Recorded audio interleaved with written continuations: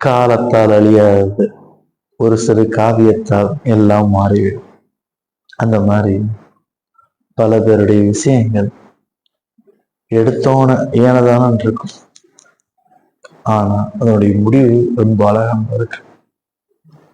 எதை நினைச்சு நீ வருந்துகிறாய்? எந்த காரணத்துக்காக வருந்துகிறாய்? எதை நினைத்து நீ தயங்குகிறாய்?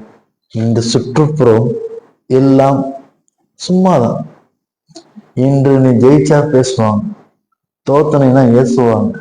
வாழ்க்கையில நீ என்ன பண்ணாலும் சரி ஏதாவது அவனை சொல்லிக்கிட்டே தான் இருப்பாங்க. இவங்களுக்காக நீ பார்த்தீங்கன்னா நீ வாழக்கூடிய வாழ்க்கையை வாழ முடியாது. உனக்கு பிடிச்ச மாதிரி வாழ். Work what you like, do what you hope. அதுதான் எப்பயுமே பெரும்பாலும் சொல்வேன். ஏன்னா உனக்கு என்ன பிடிச்சிருக்கு அது செய். உன் என்ன இலக்கு இருக்கோ அதுக்காக நீ வேலை பாரு. உன்னுடைய விஷயம் எல்லாமே ரொம்ப அழகானதாக மாற்றப்படும். இல்லை இவங்களெல்லாம் பார்த்துக்கிட்டேன்னு வச்சுக்குவேன், 4 ஆளோட 5வது ஆள் நீ போய் நிற்க வேண்டியதான். அவங்கள மாதிரி மறுபடியும் நீ பேசிக்கிட்டு இருக்க வேண்டியது. மற்றவங்களிடத்தில் நம்ம பேசப்படக்கூடிய ஒரு பொருட்டாகவும் இல்லை மற்றவங்களுக்கு மேல நாம் பேசக்கூடிய ஒரு அருட்டாகவும் நாம் மாறுறதுக்கு ஒன்றே ஒன்று. நம்ம எதை எப்படி எடுத்துக்கிறோம், அதை நம்ம எப்படி செயல்படுத்துறோம். மற்றவங்க என்ன நினைக்கிறாங்களோ அதுதான் ட்ரூத். இல்லை, உனக்குள்ளது நீ என்ன செய்யப்போம் உனக்கு தெரியும்.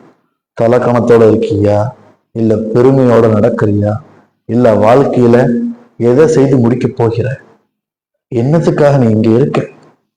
Why you was born in this world? Just think about it. Why I was born in this world like that.